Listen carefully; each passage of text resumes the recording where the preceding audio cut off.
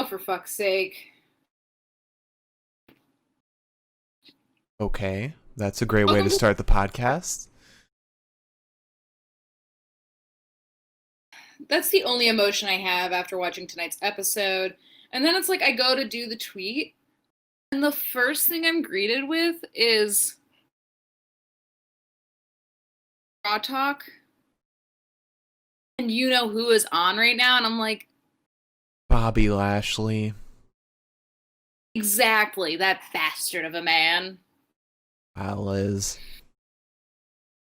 Can't believe you have such a thing against bald men. We've already discussed this, and I weirdly do have a thing against bald men, I think. Wow. Oh, tit! Well, What? oh, nothing. I'm just an asshole. I waited forever long for my lip glosses to come. I was really excited to get to use my new one. I let it fall out of my pocket in the room and I forgot to pick it up. Huh, okay. Well, if you want to apply that, I'll introduce the podcast. I already said welcome to the Pinfall Podcast. Welcome to the Pinfall Podcast, everybody. I'm your host, Mark, and I'm joined by my co-host, Elizabeth. I am joined. The camera's just on me, I am joined. so you can't see Liz at all. I am joined. And this is Monday Night Raw. Welcome to the Pinfall Podcast. There's no cat. We say the Pinfall Podcast right in the beginning. I hope you all are having a great Monday night because we are not. Hi, Harry. Yes, it is just me. Oh wow! Look at what we got. We got Liz. Whoa.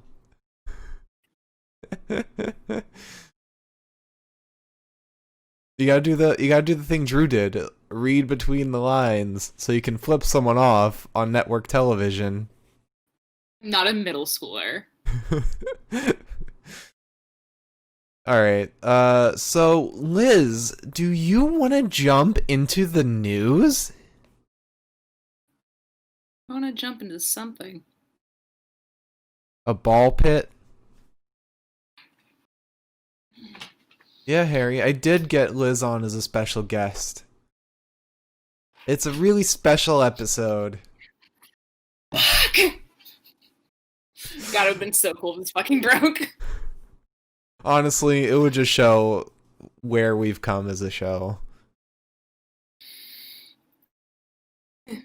Alright, so first piece of news.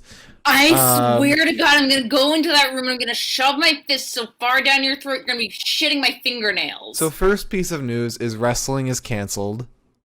Second off, wrestling will now be replaced with professional croquet. Fox has adopted it as its nighttime sport now because of the violence that pro wrestling has had on children and toddlers. There have sprung up a lot of back alley toddler wrestling leagues because of it. One being called AEW. And so this podcast will now turn into a pro croquet podcast.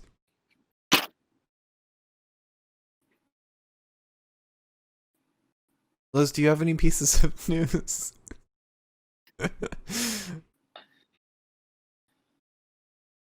I have to be up at 5 a.m.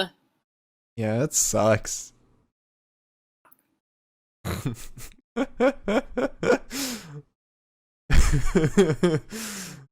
Alright, so Liz, come on, quit delaying the show. Let's go.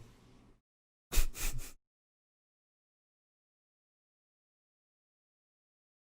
swear to God, I will drop out of this fucking call.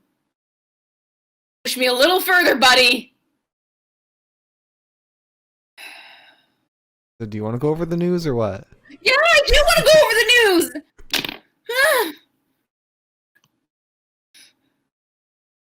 Oh my God. Oh, are you okay? No! Anyways. Let's start with something that isn't WWE. Cool. You know, just for fun. So Doc Gallows has been absent from Impact recently, and nobody knew fucking why, which just seems to be the case with Impact almost all the time nowadays.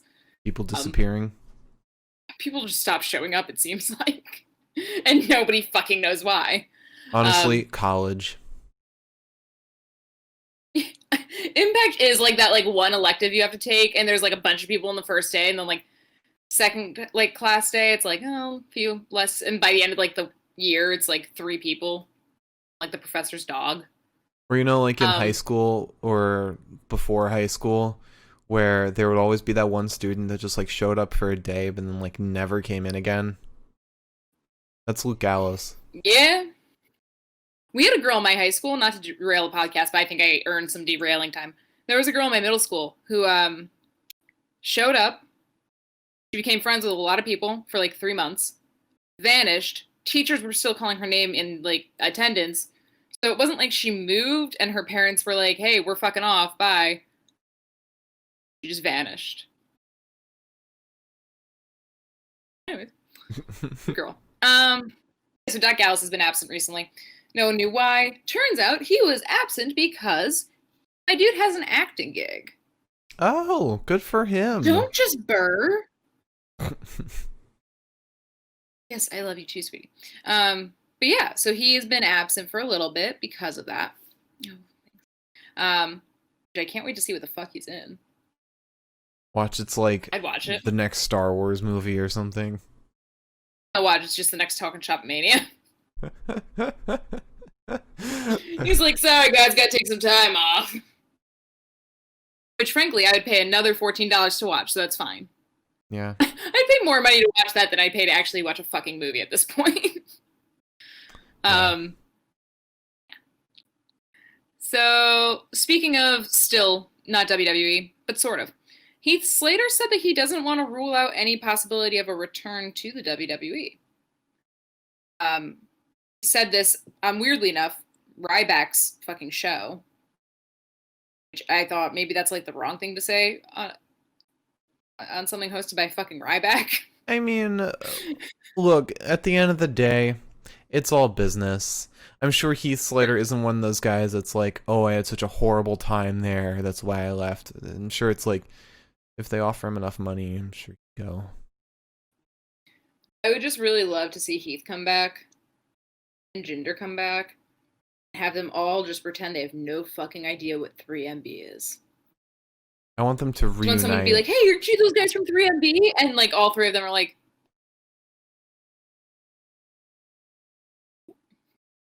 and no, if that ever happens, I swear to God, I'm turning the fucking TV off. Podcast canceled. All right. Now let's get into WWE.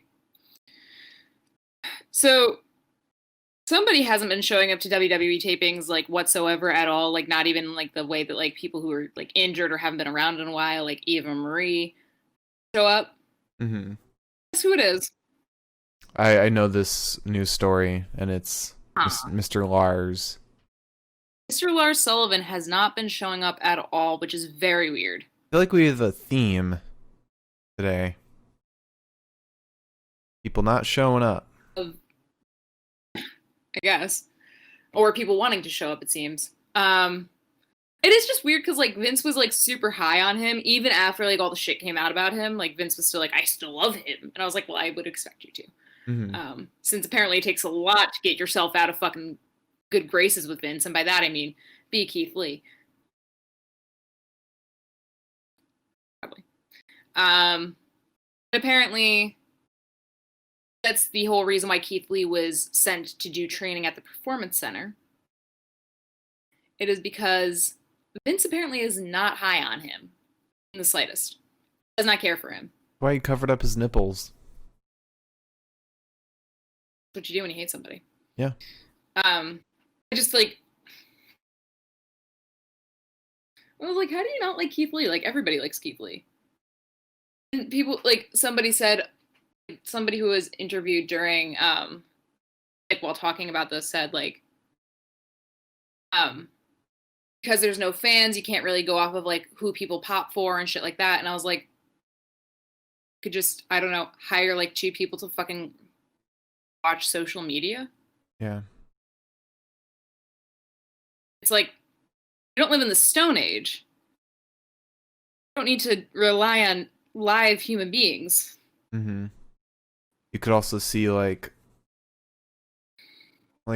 analytics numbers for how many people watch each match. Which I know they can do because they just recently, Wrestle Talk did an article with like individual like viewership ratings for like the last episode of Raw or something. So if they can do it, I'm pretty sure the WWE can. Anywho, and on just another weird fucking note, the WWE filed for trademarks recently, and three of them were not approved. The ones that were not approved, trademarks for Mercedes Martinez, Raquel Gonzalez, and Malcolm Bivens. Because apparently, when you file for trademarks like that, Mm-hmm. the person that it is filed for specifically has to provide written consent. And did they not? They did not. Oh, I smell something brewing. Yes, I said, oh, how interesting. One of the people that you've kept off TV for an extended period of fucking time didn't say yes. Another guy that you kept off TV for an extended fucking period of time didn't say yes. Somebody who's incredibly fucking talented and could do well anywhere didn't say yes. That's a head scratcher. And It's a real head scratcher.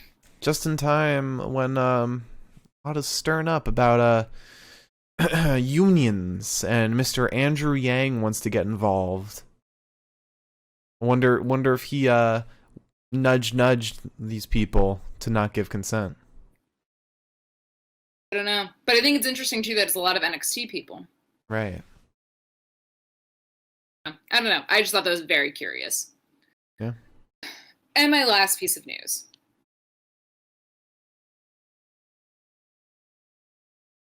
Dear Brendan Vink, I swear to God, you have stepped to me for the final fucking time.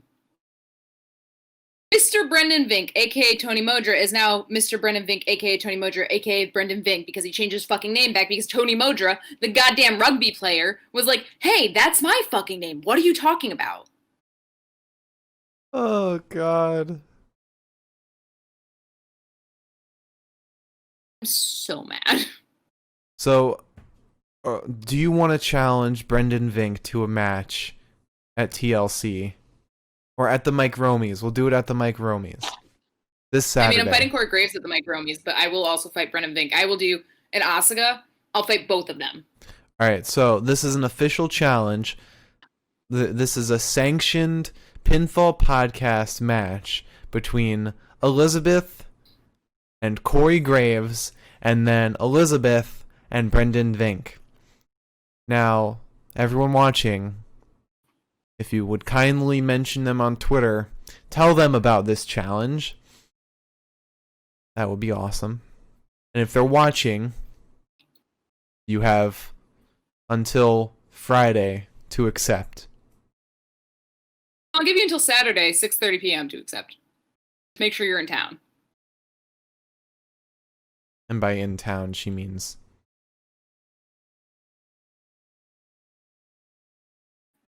What? I'll meet you. Okay. Okay. I mean, as long as they're like half an hour away, I'll meet them. Half an hour away from where? Where I am. At any given moment on that day, at 6:30 p.m., wherever I am, they need to be half an hour away.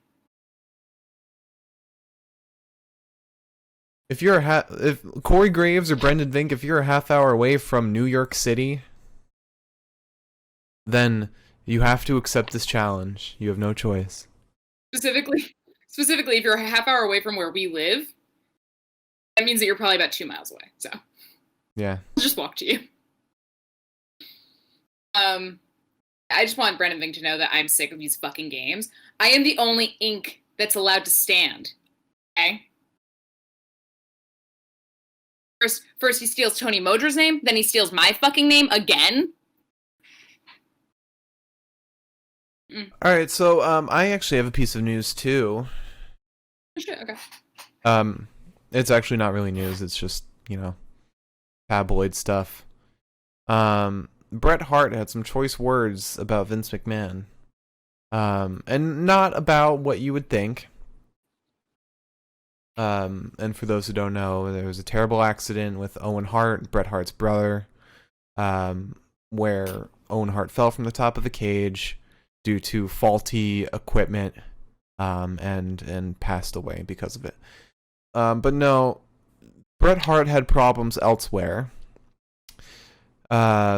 He said that Vince McMahon no longer cares about, or for a long time hasn't cared about tag teams, and has single-handedly destroyed that part of professional wrestling as a whole. Valid. Yeah. And it's very obvious when you watch WWE. I think Raw's doing a better job with it, for sure. And SmackDown's trying.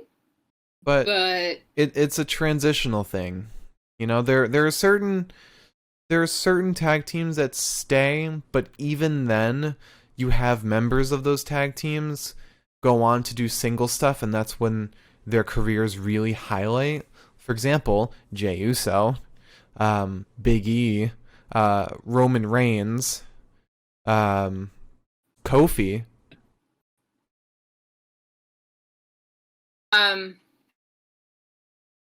Yeah, and I mean, when I say that Raw is doing a little better and SmackDown's trying, I don't mean that for the women at all. Yeah. That's nothing. They had a good thing going with Nia and Shayna.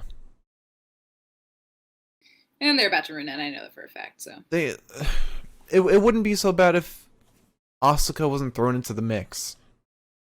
And Lana too, I guess, but they could have had a good story with Lana, but they chose not to do that. Yep, I know. Shall we move on? I guess. To my new and improved matches and promo sign. You can't see it, but look at that. See that right there? That's a little strip. You can see this little strip of Velcro. See that? Strips of Velcro. No more tape, baby. Just Velcro that on there. I can't wait for you to pull the Velcro off completely. Fuck you. Already thought about it. All right. So matches and promos. Yeah. Matches, promos. I will promos say matches. I will say right now this was a heavy promo day, as in there were a lot of great promos, but this was a bad match day. My God, was this a bad match day? Hilariously bad. Made my job easier, but. So we started off with my camera just autofocused like crazy there. Yeah, that was very weird. We had a lovely iteration of the Dirt Sheet, hosted by The Miz. And he's giving us a little Christmas story of the nightmare before TLC. And for those who don't know, TLC, Tables, Ladders, and Chairs, is a pay-per-view coming this Sunday, the day after our Mike Romy Awards. The real pay-per-view. Highlight of the weekend. Yeah. But he starts reading the book and tells the tale of this coming TLC, including AJ Styles, who lights up like a spotlight on him. AJ mentions Omos, who does light up too, and Miz is like, "Oh no. We're doing the director's cut." He highlights the champion, the current reigning undisputed champion, Drew McIntyre, who lights up and is revealed to be John Morrison wearing the costume of Mel Gibson from Braveheart. This is professional wrestling, people. I hope you all understand that this is where we're at right now. Things are better. To be fair, as far as promos go, this is quintessential professional wrestling. It's where we have come is so much better than like the Attitude Era and the Divas Era. Oh, if we're talking promos and storylines, if you look back at Attitude Divas Era, Era does not count. if you look back at Attitude Era promos, my God, was stuff weird back then. Sorry, are you saying Triple H riding a tank on the side of the highway was not a good promo? Is that what you're going with that? Yes. Ooh. Old words from a tiny man. Not as big as a tank. No, you are not. That's factual. But yeah, so dressed as Mel Gibson from Braveheart, and this is where I stopped taking notes for some reason. After doing a little reenactment where John Morrison stabs AJ Styles, Sheamus comes in. And Sheamus finds all of this amusing. But shortly after Sheamus gets in the ring, he starts to fight AJ and John and Miz, but gets beaten up. And then that takes us into the next match, or the first match, which is Sheamus versus AJ Styles. Elizabeth, will you take the reins on this one? I think I will. So yeah, we start with Shamu versus AJ. Sweet Sheamus slams AJ into the ground. He gets a sleeper hold on him before shoving AJ into the corner. Stomps him a little bit. There's a knee to the face of Sheamus, and then he is slammed headfirst into the buckle. Sheamus then whips the absolute fucking soul out of AJ into the corner. Kicks him in the back of the head. Kicks him in the back, not back of the head. There's a knee drop on AJ's face, and then Sheamus begins punching him around a little bit. AJ takes to kind of like dead legging Sheamus. There's a back body drop to AJ. AJ tricks Sheamus, sending him out of the ring. Sheamus then spears AJ through the ropes, and AJ kicks him in the head. There's a knee strike and some chops and punches to Sheamus. There's a pump knee strike to Sheamus as well. AJ then plants Sheamus into the ground. Never mind, Sheamus then plants AJ into the ground, tailbone first, twice. I wrote AJ plants Styles, so you figure that out. Very, very cool. Very helpful. The true enemy himself. Sheamus tries for a third, but AJ won't allow it. Does like a little like dolphin fin to the fucking neck, and then drop kicks him. Which, by the way, does like the dolphin fin to the fucking neck. And then John Cone, our referee, says, "It's like, yeah, the throat chop." Whatever, but still, I just like John doing it. I was like, "Thanks, bud." He's I like, want instant play. He's like, for those who don't know, AJ just did this. I love John Cone so much. So then we have Sheamus going for a third. So we have that. Then drop kicks Sheamus. Sheamus tries to launch AJ back first into the announce desk, but almost takes AJ away from Sheamus. Like he's a ragdoll, aka almost his son. AJ is then cranking a shin lock out on Sheamus. He wants the calf crusher and Sheamus wants blood. Sheamus breaks free after elbowing AJ in the head multiple times. Then we get some knee strikes to the middle of Sheamus, an Irish curse backbreaker, but right on the bad knee, because I guess if you come from either Ireland or Scotland, you don't learn that your leg or your body is fucked up and you continue to do moves that injure that part of the body more. That's fine. There's some double axe handles to the face of AJ, and then a belly-to-belly overhead suplex to AJ. We get a knee strike, and then the 10 beats of the bottom, which I think was actually 10 this time, so congrats to Sheamus.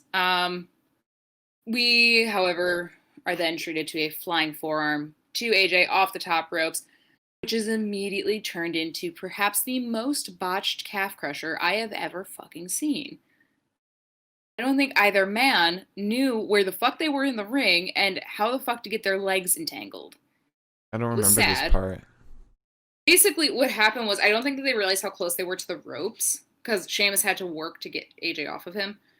So AJ brings him down. Sheamus like rolls over him because he's still coming out of all the force from coming off the top rope. So he rolls over AJ into a position where he would be in control. AJ, they basically have to like disentangle, set up again. I was like, oh, guys. Styles sets up for the Styles Clash, but Shamu grabs him and brings him down into a white noise. Sheamus then pulls AJ up onto his back, brings him up to the top rope, and AJ brings Sheamus down off the top rope. Pins his broken ass. Fiend's running his mouth, so Sheamus attacks him. Almost then grabs Sheamus and gets him tangled in the ropes, and then we have multiple chair shots from AJ to Sheamus to the tummy and the leg, which was horrible because it was like right on the knee. And then AJ decides to do with one parting gift of smacking Sheamus in the dick with the chair over and over again. Which I don't know if getting, you would understand this better than I would. Getting hit in the dick, does that hurt or is it just the balls? I mean, I guess because of a flaccid penis, it would be like the same thing. Like, yeah, it's the general area getting hit hurts. Glad I got to say flaccid on the podcast. That felt good. And you said it again.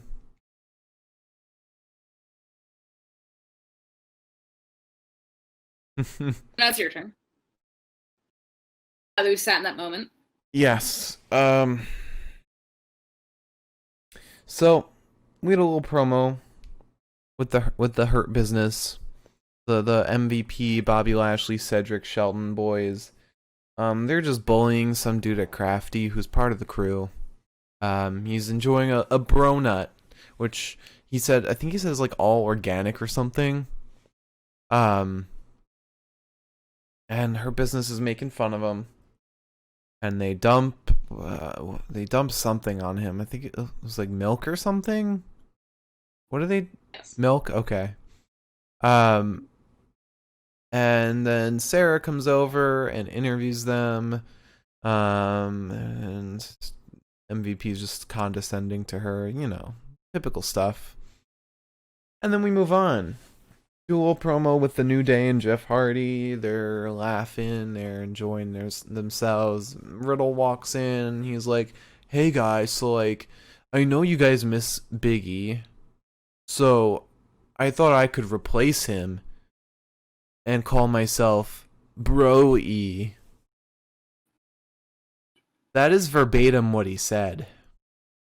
Meanwhile, Kofi's trying to hold back the tears as he misses his dear brother.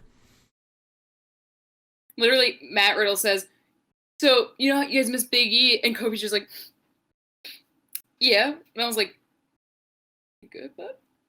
No. Yeah, so that happens, and then Jeff Hardy gives a little more hope to the Hardy Bros tag team with Jeff Hardy and Riddle. He mentions walking away, which that'd be a fine tag team.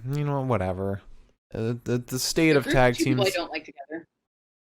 Where are their careers right now where they need a tag team? I mean, Matt Riddle's success in NXT came from when he was in a tag team. So, I mean, Plus, yeah. I was just gonna say, plus, in all fairness, like Matt Riddle doesn't really have anyone to fight right now. So He doesn't. Except for members of the Hurt Business. Yeah. But also that brings us to a different, more worrisome point, and that's, can the Hurt Business only do tag stuff? Because the way they should be structured is like the Undisputed Era, where they have one set tag team, they have one person for the more regional title, and then one person for the world title. Get a funny feeling that come TLC, they might have part of that solidified further. You think so? I get a vibe. I'm getting a vibe as of lately. Could be wrong. But the way Cedric has been lately, I don't know. I see differently, but We shall see. Um, and then so Jeff Hardy walks out, along with Riddle, and then we have Jeff Hardy and the New Day versus the Hurt Business. Our second to last, like, decent length match. Yeah. We start this match with Lashley and Xavier. Lashley quickly looking for the Hurt Lock, but Woods wiggles free. There's a shoulder tackle that virtually breaks the fucking nose of Xavier. Xavier goes to jump over Lashley in the corner, but Lashley catches him. Xavier wiggles free again. There's a back heel kick to the face of Lashley, and then Xavier gets Kofi in. They do their little team offense to Mr. Bobby. Bobby then grabs Kofi and flattens him face first. So, short-lived success.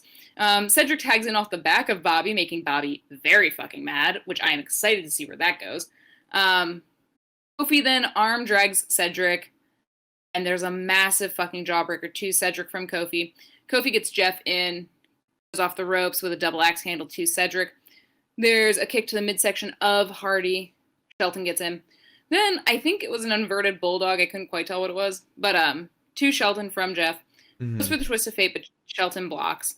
Shelton is then sent from the ring, and Hardy takes Lashley off the ropes. Cedric comes in to defend, and Kofi drop kicks him.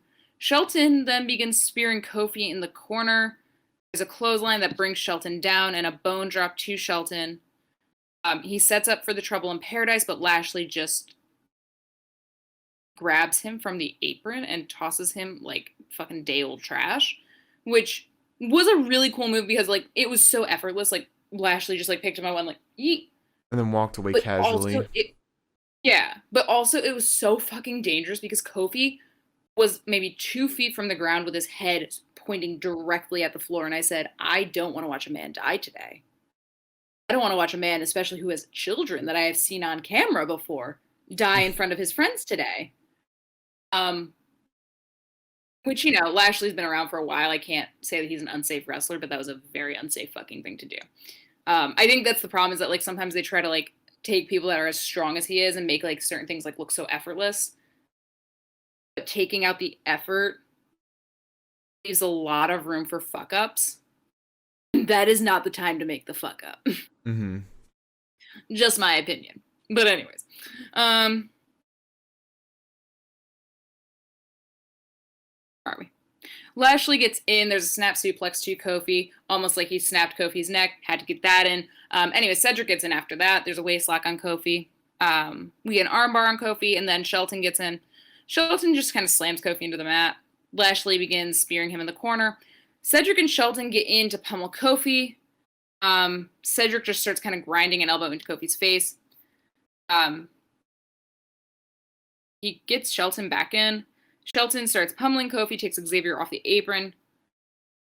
Kofi stomps on Shelton, gets Jeff in. There's some forearms to Shelton. And then we get the double leg drop, the drop kick, double axe handle. They didn't even catch the fucking drop kick on camera because we knew what was happening. We're just like, Jeff Hardy, what do you expect is going to happen after the fucking double leg drop? Cedric tags in, does something that kind of looks like a hip attack. I don't know. Camera angle was fucking horrible. The move was fucking quick.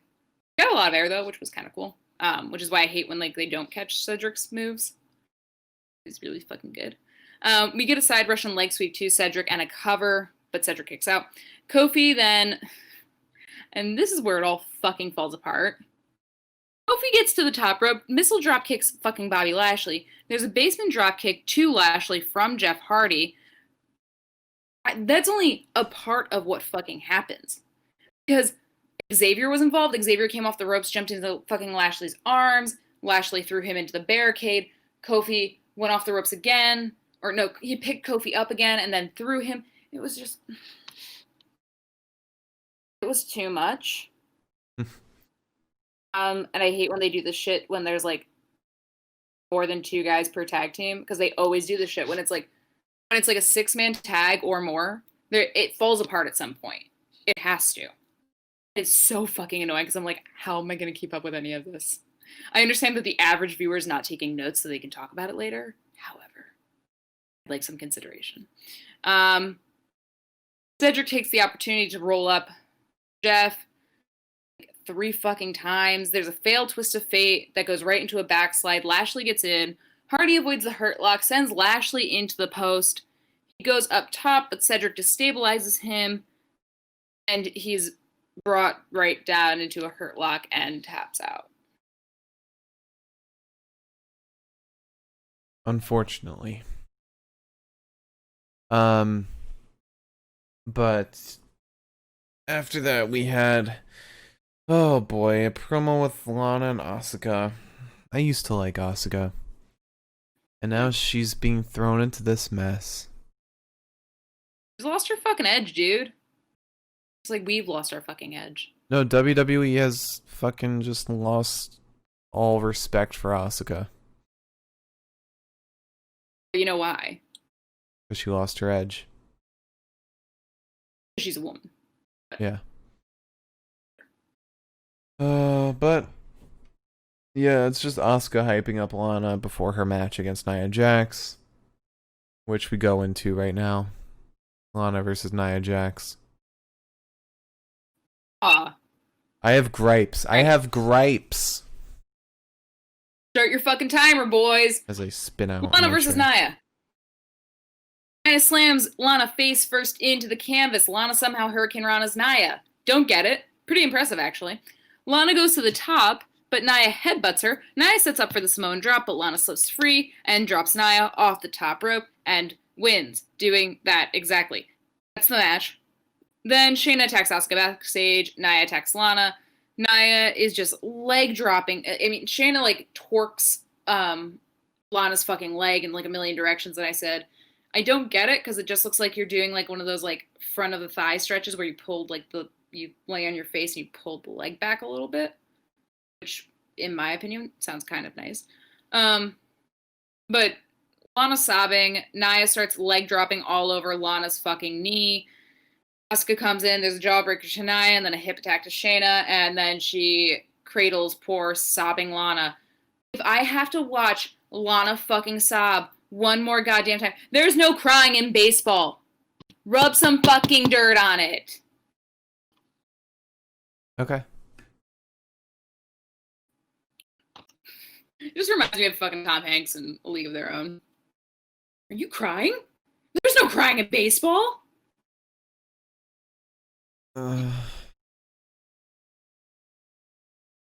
So, did you finish the match?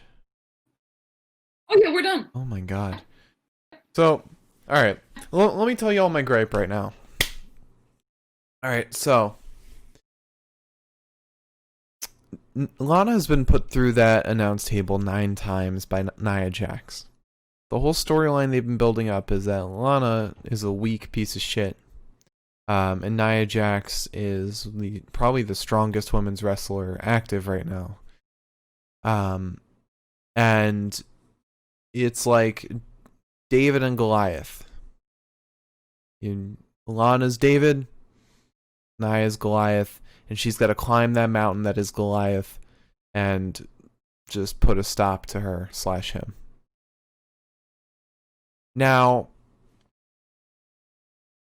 we've been anticipating a final Nia-Lana match that would solidify the storyline, finish it, be the crux. That would be the storyline, the crux, and probably followed up with Lana versus Asuka for the title. Like we almost had, by the way, like months ago. Yeah, we already had that. And they have this match on the episode before TLC. Lasted about 10 minutes, maybe less, and had Lana win on a roll-up. Right? Correct me if I'm wrong. It was a roll-up. So she pulled Nia down from the buckle and then did something. Like, Lana was kind of, like, stuck for a moment, but, like, she pulled her down and then more or less, it was, like, half of a roll-up, more or less, because, like, she just pulled her legs up. According to the post Raw thread on Reddit, the finish was a matchbook cover, is what it's called, from Lana. But still, very short match for what should have been the crux of the storyline. That sucks. Lana should have lost. There is no reason why she should have won today. Zero reason at all why she should have won. You could have had her lose, because the result, story-wise, from this match was she got injured, so she wasn't able to fight at TLC. You could have had that if she lost. It's more convincing if it happens when she lost. We just heard from Tom Phillips afterwards saying, "Oh, Lana's injured, by the way." Yep.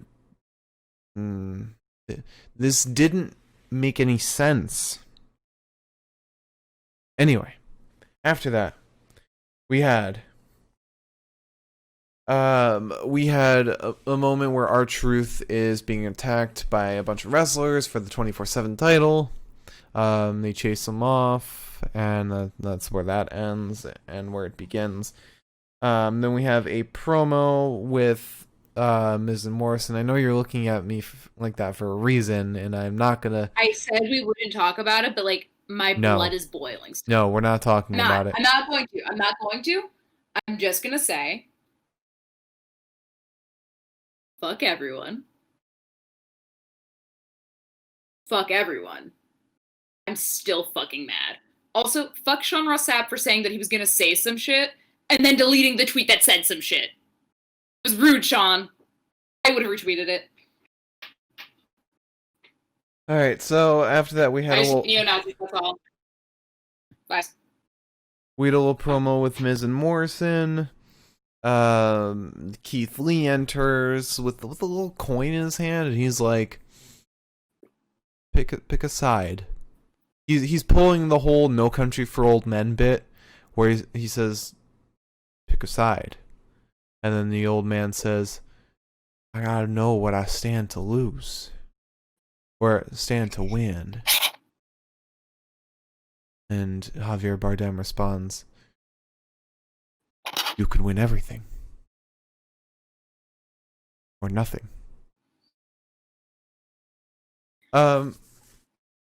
What? I just want to point out that we missed this part in the first promo with Sheamus Sheamus and AJ. Mm-hmm. And AJ was like, you can either be part of the solution or you can be part of the problem. And my fucking boy, Sheamus, just looks him dead in the eyes and says, I'd rather be part of the problem. And I said, but really relatable. Thank you, Shamo. But Keith Lee in this promo seems like he's torn between wanting to side with Miz and Morrison or not. But we also find out that Keith Lee has a match against Miz and Morrison later, so probably not siding with them. He might pull some nefarious shit at TLC. But I don't see him staying face for a while. Then after that, we have Keith Lee versus The Miz and Morrison. Yes, we do. Our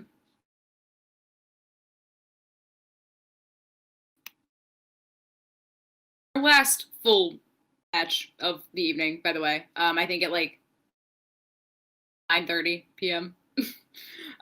So Morrison takes Keith's knee out, immediately just breaking him down. Keith sends both men over the apron. Miz goes ringside, but Morrison lands on the apron. There's a jumping spin kick to Morrison and a double axe handle off the top rope to Keith Lee from The Miz. Keith then puts The Miz on the top rope. We get a standing overhead belly to belly. Now, Morrison attacks from behind because basically how this first half of the match worked was Keith would do something horrible to The Miz. Morrison would come in and attack him. Keith would do something horrible to Morrison. Miz would come in and attack him. No, that's just how it worked for like the first half at least. So Morrison attacks him from behind, kicks him in the knee. and then the back of the neck, and then there's a knee strike to Keith Lee. I love watching John kick people. He's got really good form. I think if you look closely enough, I think he turns his hip, which is apparently a gold standard. He spins like all the way around. He's really impressive. The only thing that is not good about anything he fucking does is those goddamn punches. What is he doing? It's just like, whee. Also, I just want to say, the ref did not give a fuck this match at all. Was the ref the little ginger white dude? He was the guy I said was new. Yeah, little ginger white dude. Because how a handicap match is supposed to work is similar to a tag team match where one person's in and they can tag in. That's not how it worked. And even the announcers were surprised when the pin happened. Liz will get to that when we get to that. But also when, the fact that they were both in at the same time, they're like, isn't a handicap match supposed to be one person in at a time? So it was a true handicap match. Yeah. So Morrison is then spiked to the mat. Keith rams him out of the ring. Keith then slams Morrison down into the corner. We get a drop toe hold from The Miz, sending Keith face first into the top buckle. Miz and Morrison get their team gutbuster on Keith Lee, and then there's a DDT to Lee from The Miz. Lee sends Miz over the top rope. Morrison, once again, on the apron. To beat Morrison down, he provides us all with the great viewing pleasure that is the Grizzly Magnum. Hate the fucking name of that thing. My God, it sounds like a porno. Or like a porn star's name. But if Keith Lee likes it, then I like it. I have to. But I guess, like, that's not enough. Which, shocking to me, since, like, I think he did that to Drew, and Drew was like... So... Anyways, but Lee sets up for a suplex. Gets Morrison over the ropes, but not over his body, so that Morrison, I guess, turns it around, landing on Keith. We then get a sleeper hold on Keith from Morrison, while The Miz pulls out a nice little calf crusher on Lee. Miz and Morrison are setting up for a team suplex on Lee, but Lee turns it into a double suplex of his own. Lee begins alternating splashes on the men in the corner. He tosses Morrison into Miz. Lee sets up for the Spirit Bomb, but Morrison gets out of it, but is then used as a weapon on The Miz. When he goes to do it again, Morrison basically like climbs up over his fucking back. There's a chop block on Lee while he holds Morrison, sending Lee down with Morrison on top of him. The Miz and Morrison win.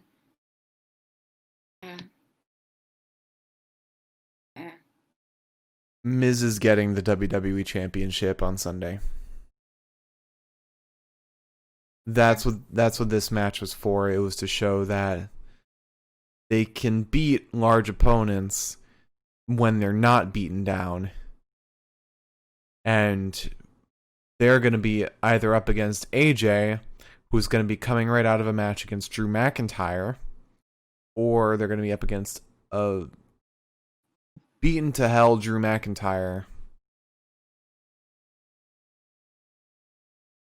If it's going to be against anyone, it's going to be against Drew. Because if it's AJ, it's not going to work because he's got Omos. Omos won't let that happen. Unless I can almost guarantee you that. Unless Drew like knocks out Omos with a ladder or something. It's possible. But I don't see it happening like that. I do. I'm going to be pissed if... I was going to say, I do 100% see Miz walking away with the title from TLC. 100%. I don't, only because it was said multiple times that Miz is not going to cash in until after 2021, but also plans change every fucking hour over at the WWE. I'm going to be pissed if Drew drops the title again. Because I don't really know why he got the title back. He's not going to have like another title run. It doesn't make sense, and I think there was a fluke somewhere in the middle there. There was, because they said that they didn't want Randy going against Roman because they didn't want to have people cheering for Roman. Right. Which it's all pumped in. So, I don't know. But yeah, you wouldn't want people. Well, I mean, it's also people watching from their homes because you wouldn't want people rooting for Roman. It's not just what you hear in the crowd. You need a favorite in these matches, and especially when it's like kind of a forced match like that, you need someone that's just like a clear favorite. Yeah, I mean, I don't know. I'm gonna be annoyed if Drew drops the title for sure. But my annoyance does not overpower my understanding of reality, and I do see that as like a very strong potential. However, I know you did read a spoiler saying that Drew was going to drop the title. I don't believe those, only because as somebody who does the news constantly, I have seen at least 4 different articles for 4 different pay-per-views where they were like, Drew's gonna drop the title, and then he doesn't. I think if Drew does drop it, they're gonna do a tag team angle with Sheamus. So Or he retains. That would be fine. Or he retains and starts a feud with Sheamus. I thought that like that was gonna happen tonight because Drew didn't come out to help Sheamus Yeah. when Sheamus was getting fucking McMurdered, and I thought he would. Mm-hmm. Usually, I'm a pretty good fucking mark, so like I see when things are about to happen that are supposed to happen. Anyways. But yeah, after that we had. Oh wait, did we get to the end? Yes, we did. Okay. Also, the double pin is something that the ref fucked up on. The double pin should not be legal. As long as they have John Cone in the ring with Drew and AJ, we'll be fine. Why'd you get Drake Wirtz? We wouldn't let that happen. Fuck you. Have we had a pay-per-view since everything happened with Drake? No. Except Takeover. Doesn't count. Because Triple H said, welcome home, baby boy. A little problematic son. But after that, we had a little Firefly Funhouse field trip to the Thunderdome. Bray Wyatt enters the ring with his little puppets watching from behind the barrier. And he's going off in the ring, talking. Yeah, he's, he does stand-up jokes about Randy being the Viper. One of them I don't get. It was like, how do you measure a Viper? What was it? How do you measure a Viper? I don't remember what that one was, but I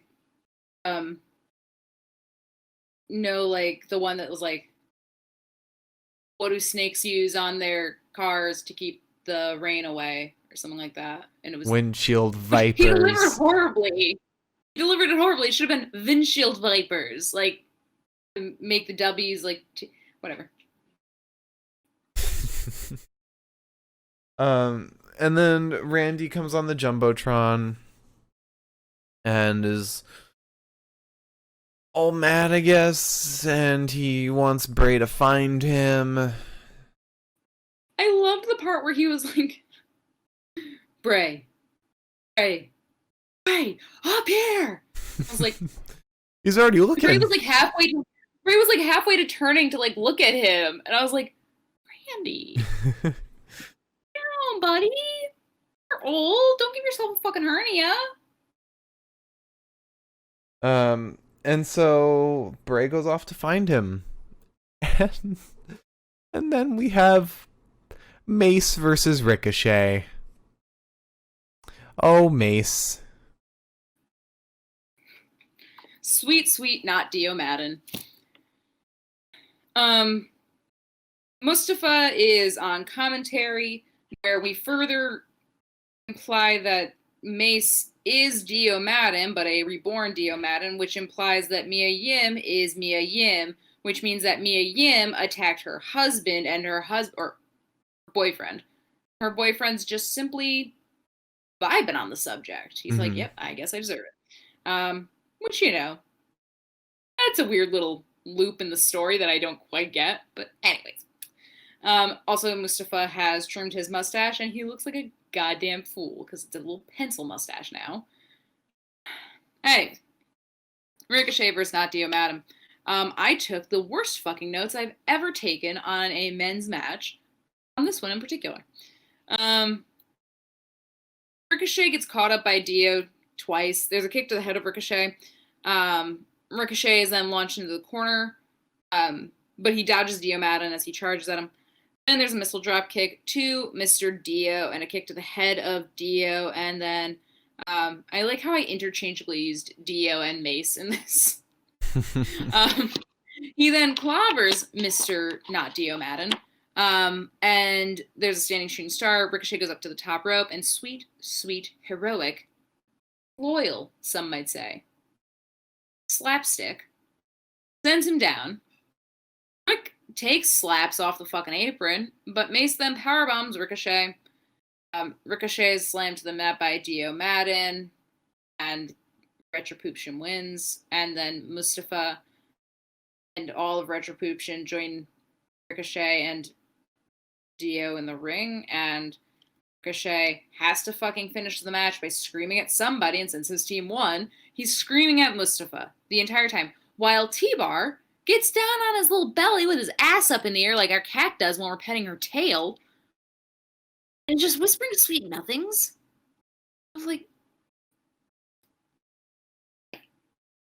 alright, T-Bar. Yeah. So that happened.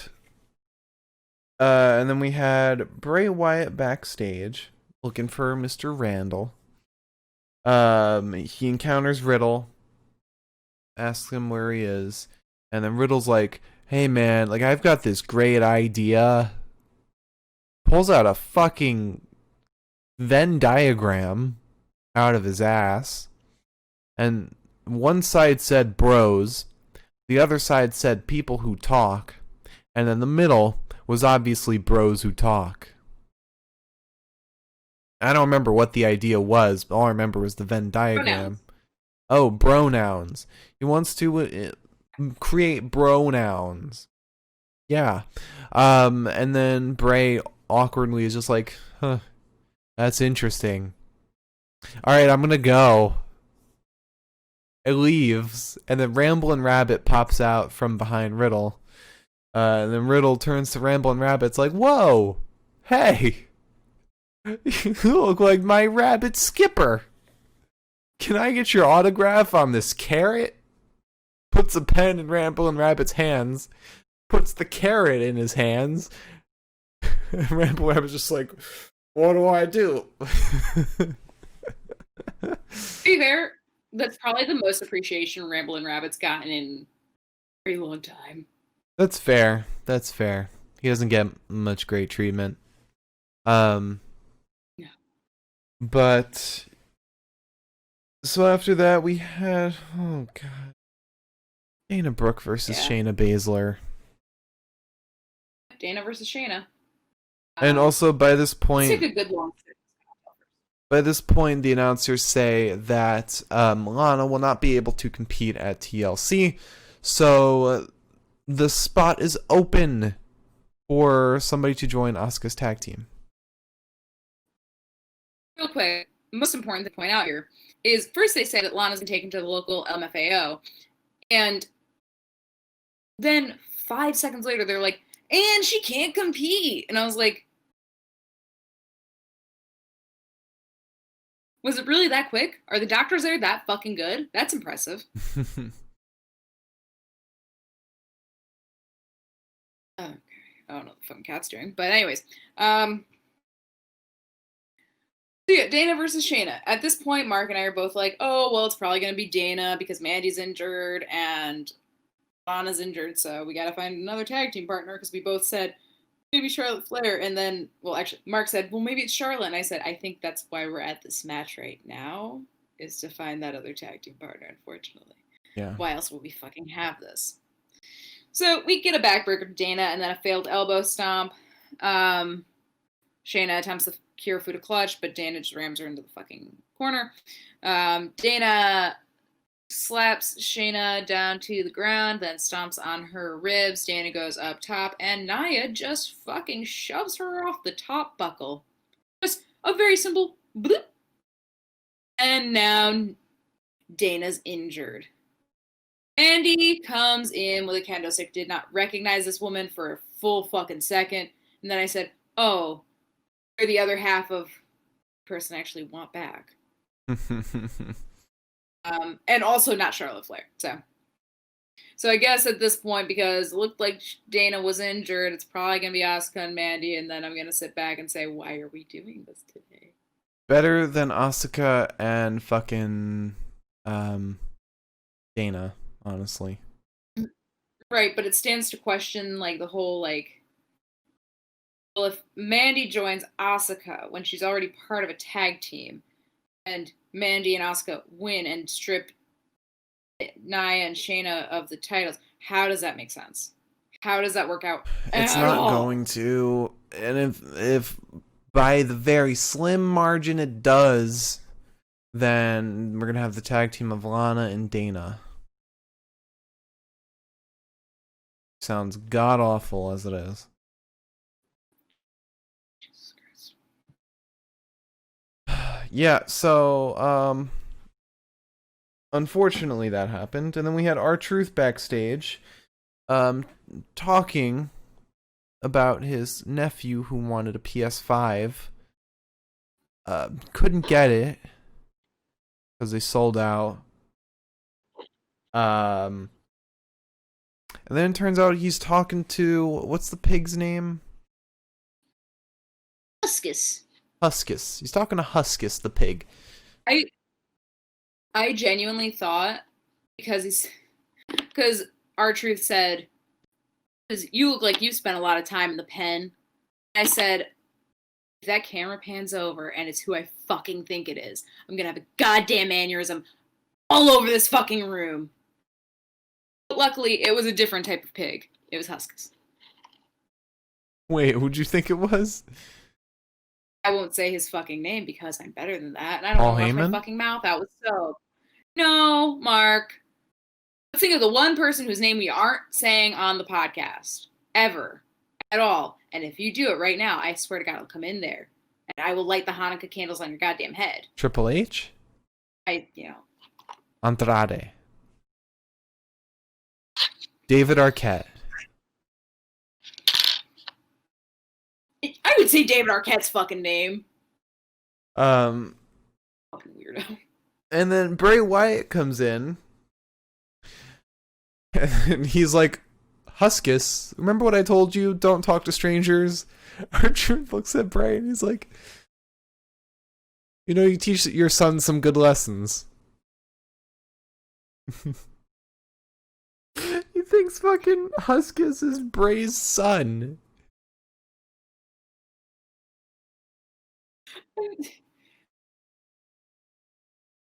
Finish the promo so I can laugh more.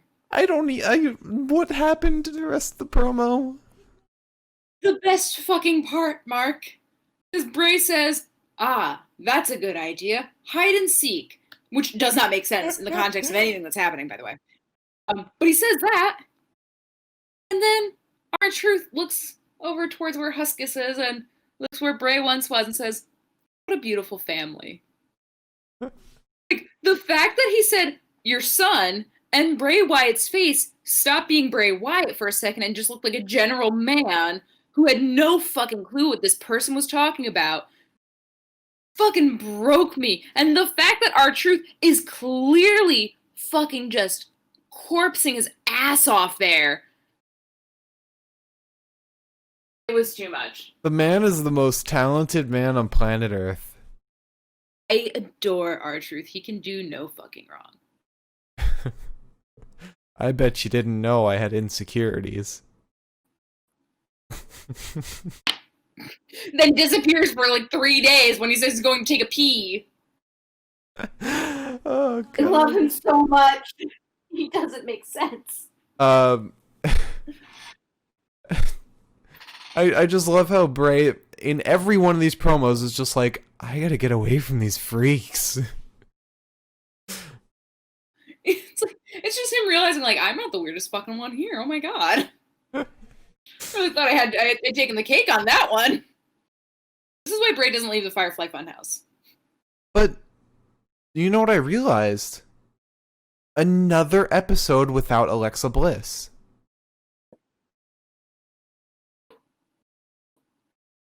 I think what I heard last week was that she has like an acting gig or something as well. That's why she wasn't there last week. She posted a picture on Twitter today that said, "Just showered." And it was like a picture of her just like, looking clean, I guess. Yeah. No dreads, funny enough. She said, "I washed my hair." That's the post. Yeah, there we go. I was like, yay! Is that why you don't have the dreads anymore? It is weird that she's been missing for 2 weeks now. Sister Abigail fucking did away with her. The woman was tired. I do think it is an acting. I think that's what I read. But anyway, before we go too deep into that, after that we go to commercial and we come back and we're at Bray Wyatt still looking for Randy, and he reaches a point where he sees in a dark room under a spotlight is a mysterious rocking chair that is moving all on its own. He approaches it, curious, but mystified. He sits in it, in awe of the mystery surrounding it, forgetting for 5 seconds about Randall Keith Orton. But suddenly, behind him, appears the Viper himself, come to surprise Bray with 3 deadliest letters in all of sports entertainment. The RKO. But no! He decides to beat the shit out of him by punching him instead. And so, yeah, just beats the shit out of him, takes him to like a back room, and shoves him into a box. Looks like a metal box, could be spray painted with something, I don't know. It's very hard to tell what it is. The room is very dark. But Randy, after locking him in the box, looks around and finds a gas can. I think you can tell where we're going with this. He pours the gasoline on top of the box, throws the bottle or the jug of gasoline away, happens upon a lighter as well, and just lights the crate on fire. But out pops the Fiend. Or rather. And then he... Or... Mm-hmm.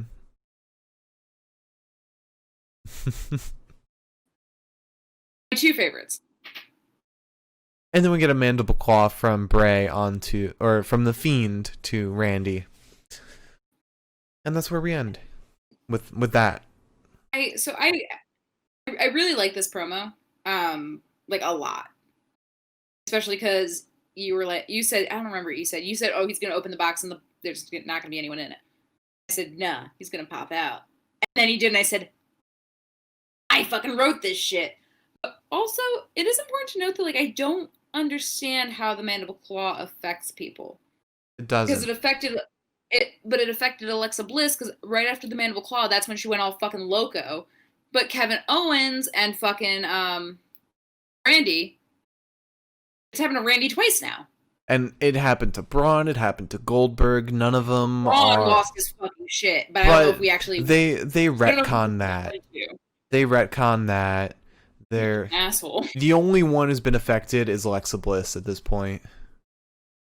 It's so frustrating because like Braun's like such a piece of shit now, and it's like he wasn't before. Like, I mean, he wasn't like a goof, but like he wasn't an ass. Yeah. I don't know, man.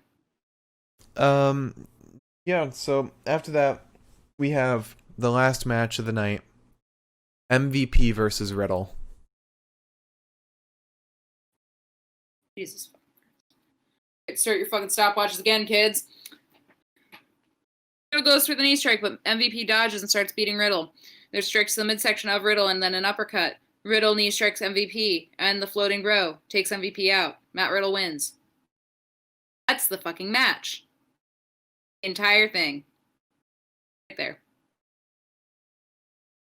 So, and after that, we had the WWE title Ascension ceremony for TLC.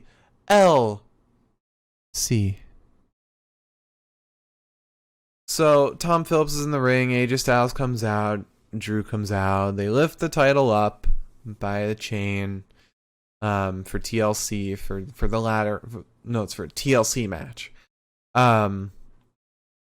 AJ starts speaking first, giving his speech, talking about the journey that Drew has been on. It's 19 years. It's been 19 years that Drew had... Huh? Kind of hits on him, too. Oh, I'm sure.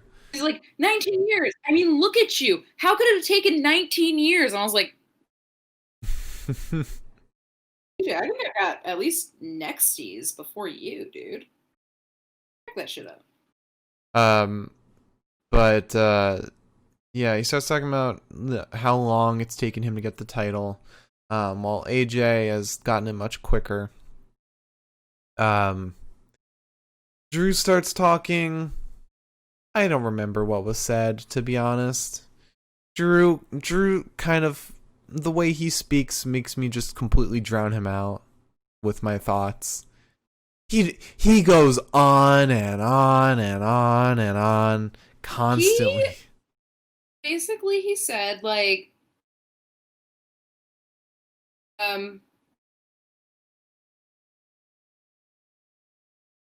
he went on, like, this whole spiel about how,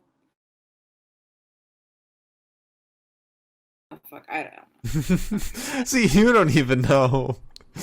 Well, the only reason I don't remember is because I'm too busy fucking staring at his goddamn abs and his little leggies. All right, so after that, we did somebody? I feel like Drew tried to beat up, or tried to get beat up. No. Let me take you out of this one real quick. Oh no, I got it. I know what happened. So when Drew is nearing the end of the sentence, some very dramatic music comes on, kind of like cinematic music. It was music that was for the ascension of the title, because Drew puts the title on the thing, and like it's dramatic music because the title is ascending, which is fine. However, continue. AJ picks up his fucking microphone and all goes to hell. And you see in the background a head slide. What? I thought that happened at the same time. No. The music starts. AJ says, yeah, you think you can beat me? Maybe. You might not just be fighting me. And then we see some heads. Yeah, you see some heads and a little green briefcase. And out pops The Miz, dropping a ladder onto Drew McIntyre. They start beating him up. AJ starts beating him up. AJ and Omos start beating him up. Drew's getting beat to shit. Gets a ladder dropped onto him. You know, it's all good in the hood. And that's where the show actually ends very abruptly. Like I don't even think we even get the logo at the end. It's just boom, right to the commercial. I had a couple grievances with this because, like, first of all, if they had kept the fucking Ascension music on as Drew was getting fucking attacked, it would have been melodramatic as shit. I would have loved that, but they just like stop it dead as they always do with that kind of shit. And I was like, okay.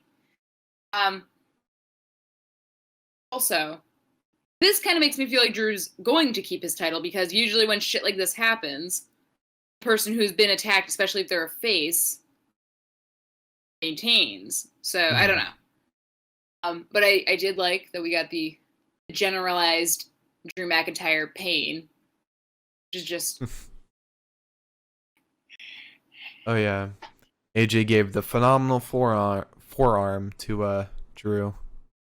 It's like, he doesn't need to be hit. He could be hitting the fucking legs. He still falls down and just like clutching his fucking throat. And I'm like, baby boy, I love you so much. Why are you doing that? Anyways, he's my sweet prince and I would die for him. And that's where the show ends. Also, thank God Mike Roma's back. I missed his sweet, sweet voice. Wow. I don't care for you so much, Greg. Sorry. So you want to move on to best of the night? I do. I didn't really remember the fact that I changed sign. That's kind of why I was sitting there. All right. Let's get into the not easy part, but the more fun part. Yes. So, promo of the night, and I will say already that this will probably be the easiest part to figure out. So, I'm going to quickly run through these without going into too much detail, but we started off with the dirt sheet, and oh boy, what does that look? There was a funny Sheamus tweet that I was like gonna show you later. He was eating this alcoholic ice cream and talking about how like he's gonna have to use it to ice a certain place on his body that was targeted by AJ Styles thanks to no show at Drew McIntyre. Folks, I don't think this one's gonna be settled by fucking killing Pat Buck. Or FIFA. But yeah, we start off with the dirt sheet with an iteration of The Nightmare Before TLC. Featuring John Morrison as Mel Gibson from Braveheart. Really, really great segment. Like one of the best dirt sheets we've gotten in a while, just because it was so entertaining. So much put into it. I loved it. I loved it all. We had the Hurt Business promo where they bully someone at Crafty. That was alright. We had the New Day Jeff Hardy promo, which was just okay. Lana and Asuka. R-Truth being attacked by a ton of wrestlers. That whole segment was lame. Miz and Morrison promo. No idea what was going on in this promo. I'll be honest, I was so confused for this entire promo. We had the Firefly Funhouse field trip to the Thunderdome. This part of this storyline today, it was great. Not the best part of this storyline though. Then we had another iteration of Bray Wyatt backstage where he encounters Riddle. This is funny. This is probably the funniest part of this whole segment. Then we had R-Truth backstage talking to Huskus. The second or the third part of this story. Probably the weakest part of it. Maybe second weakest. And then we get Bray continuing to search for Randy and then finding the rocking chair and being shoved in the box, lit on fire, Fiend coming out, all that. It was fucking something else. My God, this promo was amazing. There's so much fucking production put into it. The creepy rocking chair was an amazing detail. The lighting was great. It wasn't the best. But that's just coming from somebody who, does this stuff for a living. But the whole box on fire shit, that was great. I loved that. And then we had the title Ascension ceremony, which was good. I won't say anything more than that. It was just good. So, with all that said, my pick for best promo of the night is Bray in a box. Yeah, No, I definitely don't disagree. Bray in a Box was both like the lead up was so funny. The reveal of that fucking rocking chair broke me for a whole second. I was like, God damn it. Scared me more than the fucking swap match could in the entire 45 minutes it existed. But that and also just the Fiend popping out of the box that is completely engulfed in flames and then fighting Randy while the flames illuminate the entire fucking room. No. And for an asshole like me who doesn't know how anything works, I asked straight up turns to Mark and I said, how did he get the contacts in on the box? Called it cut. Fucking, you know what? We're gonna change my name to fucking Mark at this point. Oh. Yeah, I get it. All right, so now best wrestler of the night. And I'm not going to be happy with either of my picks for wrestler of the night or match of the night, so just get ready. So we started off with Sheamus versus AJ Styles. A solid match, all in all. I'd probably pick Sheamus for this match, just because of how damn hard-hitting he was, and how kind of not the best AJ was. You know, I mean, AJ's an incredible wrestler, but I think today he just didn't, hit his peak. Hit the level that he normally does. Then we had Jeff Hardy and the New Day versus the Hurt Business. I'd probably pick Bobby Lashley out of anyone from this match. The whole New Day Jeff Hardy team wasn't really present. They were just meant to go down today. But Bobby was kind of dominating. Cedric and Shelton didn't do much. I think Bobby was definitely the most present, but even if you're the most present in a match like this, you're not going to get a whole lot of time at all.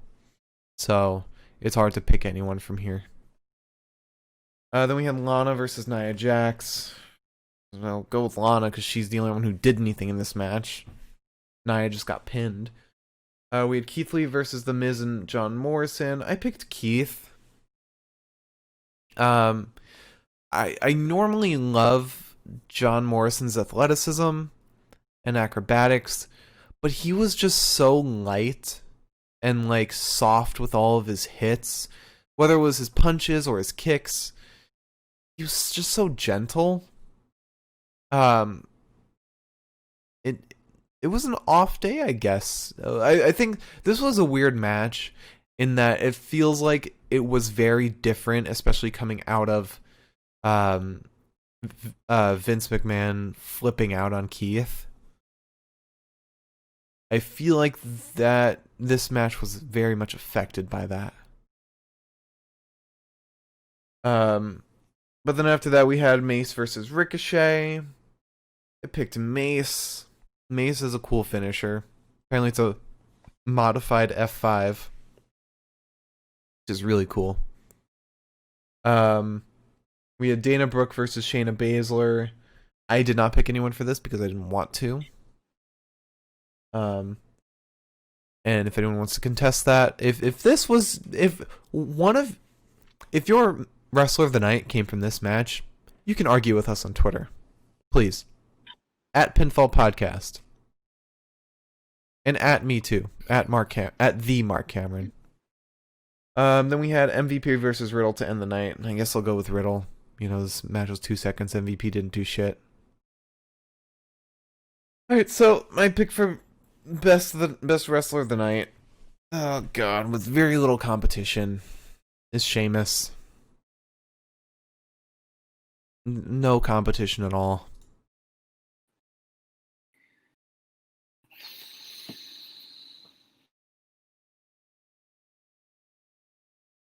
When the Drew McIntyre Sheamus feud erupts, I'm gonna be a broken woman. I just want everyone to know I'm not strong enough for that. I'm very I don't know what the word is. Sappy. And the fucking assholes too, by the way. Their whole week long of oh, fun times with each other. We're ice skating together. We're playing video games. We're best buddies. I was like, this is so stupid. Stop. I get it. You guys are friends. I knew you were friends. I watched your fucking documentaries. It's fine. Even though I knew what they were setting up for, the fact that now I have to live with that in my head and watch them act like they fucking hate each other, it's gonna be painful for Elizabeth. Anyways, I agree. I like Sheamus tonight. I liked him a lot. I thought he looked really good. And I like that he always looks like he's fucking come out of goddamn hell when he finishes his matches. Yeah. And he just makes everything look just so fucking nasty. Like,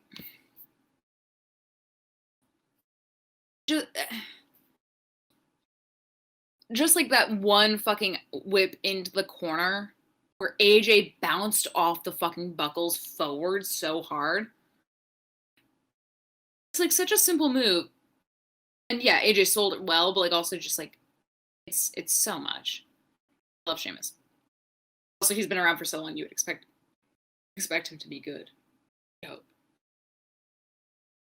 Also, somebody posted an interesting note about something Mustafa Ali said while on commentary today for the Mace Ricochet match, and that's at one point Ali asked Samoa Joe, "Aren't you sitting in Mace's chair?" Right. That's what I said. That's why I said it seems like they've completely accepted the fact that this was formerly Dio Madden, is now Mace. Right. And for those who don't know, that was mentioned because Dio Madden, prior to being Mace, was on Raw commentary for a month, was F5'd into the table by Brock Lesnar, written off of TV, and then replaced by Samoa Joe a week later. So, now I move into match of the night, on that note. I already know what my pick is, but I'm still going to go through them in case I have any thoughts about any others later on. So, we start off with Sheamus versus AJ Styles, and I think this is the only match that really has any competition, or that really like holds any merit today. This was probably the most solid match, the closest to an actual wrestling match that we could have asked for. It was a good match. It wasn't amazing. It was good. It was solid. Then we had Jeff Hardy and the New Day versus the Hurt Business. This is pretty good. I think it was just it felt very pointless. Like incredibly pointless. Yeah. The only highlight I can pick from this is just Bobby Lashley and throwing Kofi off of the ring. Plus Riddle on the sidelines. But otherwise, this match had nothing to it. Then we had Lana versus Nia Jax. I already said my gripes with this match. This match shouldn't have happened. It shouldn't have happened in the way that it happened. Lana should have lost. I'd be fine with dragging this feud out a little while, because it hasn't gotten the attention it needs. Then we had Keith Lee versus The Miz and John Morrison. A match where the rules were completely ignored by the ref. And, yeah, it was sloppy. It was really sloppy. Especially the moment where The Miz is standing outside the ring and Keith throws John Morrison out of the ring. And John Morrison doesn't touch The Miz, but yet The Miz falls over. Yep. Then we had Mace versus Ricochet. For the 5 seconds that this match was, it was great. Like, these two make an impressive match, but it was 5 seconds. Then we had Dana Brooke versus Shayna Bazsler. Again, lasted like 5 seconds. Not very interesting. Not exciting in any way. Yeah. And then lastly, we had MVP versus Riddle. This lasted 2 seconds. I wish I was making an exaggeration. This was awful. I was looking forward to this match just because you have a veteran in MVP and you have a very talented wrestler in Riddle, you would think that that had something great. But no, it lasted 2 seconds. Alright, so my pick for match of the night, unfortunately, is Sheamus versus AJ Styles. Yeah, I can't disagree. Keith Lee fight felt very out of nowhere. The Matt Riddle MVP fight was way too quick. The New Day Shelton Benjamin one was like decent, but again, that's one of those things that falls victim to the fact that we've seen it before and we've seen really good fights, and this was not one of them. It was very discordant. And you know, the Sheamus AJ fight was like, it wasn't horrible. It wasn't fantastic, but it wasn't horrible. Yeah. And I think it gave Sheamus a good position to be angry from, and it sets him really well up for a nice little feud with Drew once Drew drops the title at TLC. Now that I'm realizing everything coming together, I want to kind of kill myself, but it's fine. Anyways, yeah, I agree with you. Yay. It's going to be 4 podcasts in a row. Luckily, Saturday will be fun because we're not recapping anything. We're just talking about our stuff, and our winners, and our losers too. We're going to go through some losers. But to run it back, Saturday's going to be fun. Yeah, it will be fun. We'll have drinks. It'll be great.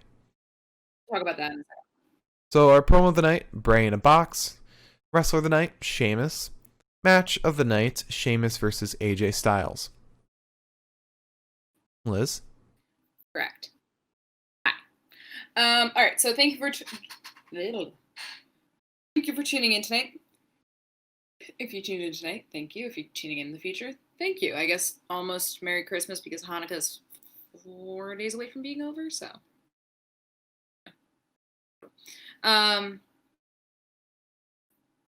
Please join us on Wednesday for our NXT podcast. We will be talking about NXT. We'll be podcasting it. Okay. And I won't have to wake up at 5 a.m. the next day. That's fine. And then, of course, as always, please join us on December 19th. A fun, exciting day for all to enjoy. It's going to be super laid back. We're going to have drinks. We're going to have fun. We're not going to have any fucking commitments the next day. I mean, we got the pay-per-view, but like we don't have to be up until whatever o'clock for that. It's going to be a really good time. It's going to be a great time for us to finally be able to like sit back, not be reading notes, talking to you guys.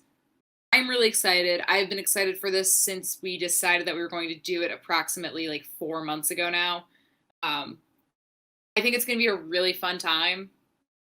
And I think you guys are all going to really enjoy it. So, because it's going to be everything that's good about our podcast, which is just us fucking around. Mm-hmm. So, and we also won't feel super limited by time. So it's going to be, I think it's going to be really nice and laid back. And that's what matters the most.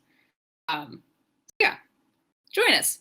Some friends talking, shooting the shit, and judging every single aspect of the WWE. We're gonna get a final recap of the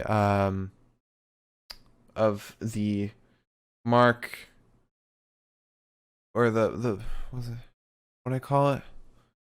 The Mark Cameron Power Rankings. Mark Cameron Pinfall Podcast Power Rankings. And we'll also get a final recap of who won the most pay-per-views. Yes, we will. If it's a tie, we will wait until after TLC, but I don't think it is. Could be wrong. We will find out the top 10 wrestlers of the year and the bottom 10 wrestlers of the year. There were 287 wrestlers in total, so there's a lot to talk about. And for those who are wondering, you're probably not, but for those who are, everything that happens after Saturday will count towards 2021's power rankings. Reset. Yeah. All right. So thank you all for watching. If you enjoyed, hit that follow button down below. Don't forget to hit that follow button. It lets us know that we're doing a good job. And you'll be notified whenever we go live. And if you're watching on YouTube, hit that subscribe button. If you're watching on YouTube, also check out the live show. We can talk to you live. You can hear our banter live. You can see our intro where we play wrestling music that's copyrighted. Follow our Twitter at Pinfall Podcast. We post all of our results for our wrestler and match of the night there. So if you miss an episode, you'll see who we picked. Follow our personal Twitters. I'm at the Mark Cameron. Liz is at Eliza Elaine23. And check out the Universal Pokemon Federation on YouTube. Combination of WWE and Pokemon. Second full episode coming out very soon. We have the match between Courtney and Don Pokemon for the UPF World Championship. See who will be the UPF World champion after this episode. And also check out twitch.tv/Mark Cameron, my Twitch. I'm now an affiliate. Hell yeah. Got emotes and shit. What? Thank you, Elizabeth. Thank you, Liz. Thanks. Worked very hard. You did. Like I was goddamn hacking the UN in my fucking room. No need to tell everyone that you had 3 laptops open, all playing my stream so that I could maintain 3 average viewers. I was hacking the UN. What I meant was by running social media presence through multiple channels on multiple laptops, like a good Samaritan might do for a pal.